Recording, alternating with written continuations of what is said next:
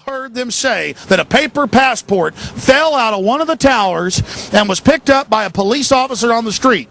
This plane flies into the building, explodes with jet fuel out of the guy's jacket, goes through the fireball, through the side of the plane, out of the burning building, out of the fire shooting out, and comes down to the ground unscathed. But something happened. For 6 months, they reported they had this passport. Boy, we've got it. We've got the proof. And then the guy stood up and was alive in the Middle East, and they pulled it and said, oh, that was a mistake. He wasn't a hijacker, and the story just disappeared. So what about the hijackers? It's the funniest thing, but at least 9 of them are still alive. Walid al-Shari is a Saudi Airlines pilot in Casablanca, Morocco. Wael M. al-Shari is alive and well. Abdulaziz al-Amari is a Saudi Airlines pilot living in Saudi Arabia. Mohand al-Shari is alive in Saudi Arabia. Khalid al-Madar is a computer programmer in Mecca. Salam al-Hamzi works at a chemical plant in Yanbo, Saudi Arabia. Saeed al-Ghamdi is training to be a pilot in Tunis. Ahmed al-Nami is an administrative supervisor for Saudi Airlines. And last but not least, Mohammed Atta's father claimed to receive a phone call from his son on September 12th. 14 of the hijackers based their training in Florida, and the 5 that allegedly hijacked Flight 77 lived in a motel right outside the gates of the NSA.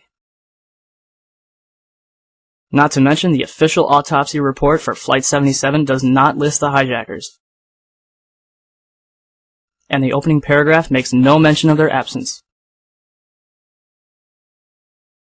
After these discrepancies were pointed out, FBI Director Robert Mueller brushed it off, saying that the hijackers were using stolen passports and may not have had tickets, so there's no way to know who they actually were. So, if there's no proof that the hijackers were members of Al-Qaeda, or if they were even on the plane in the first place, what justification do we have for bombing Afghanistan? We have a Republican here tonight who's here to prove this is and should be a nonpartisan issue. I'd like to hear from Carl Schwartz, please. Carl. What they found inside the FBI actually came from ongoing drug investigations dating back to 1998. And I heard the other day, just a minute ago, Mr. Thompson brought up Argentina. The company that had the contract with the Taliban is Brightest Corporation. They are from Argentina. On September 9, 2003, they won a lawsuit in our Fifth Circuit Court of Appeals. They had been tied up in the Texas courts since 1996. They won $500 million in a judgment for interference of contract in Turkmenistan.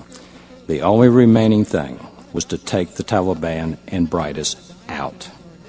And then we control it all. We control the Caspian Basin oil. We have the pipeline to get it to the sea.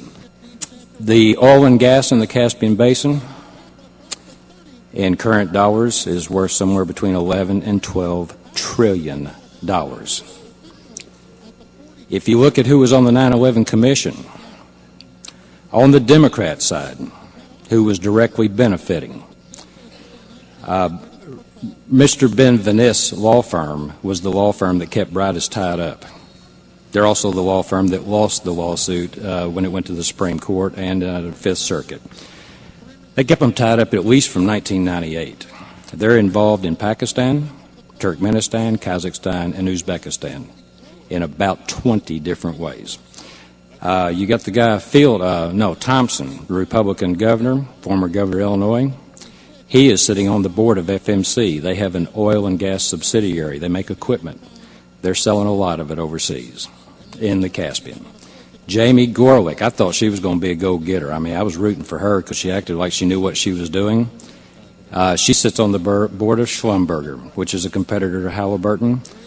Just within 2 weeks prior to the 9/11 Commission saying Sinai died and handing it over to the President and Congress to change our rights some more, which is what I think they plan to do, Schlumberger finally comes forward and admits they're having record profits in this last quarter, and they're doing a lot of big bucks business in the Caspian Basin. If you look at the reality that Brightest had a contract with the Taliban, we had landlocked oil and gas deals. We had to get it to the ocean. We had people actually doing business in Pakistan. You literally have to look at 9/11 and all of those foregoing issues as inseparable. There is your Pearl Harbor. I call them financial terrorists. I don't know what you would call them.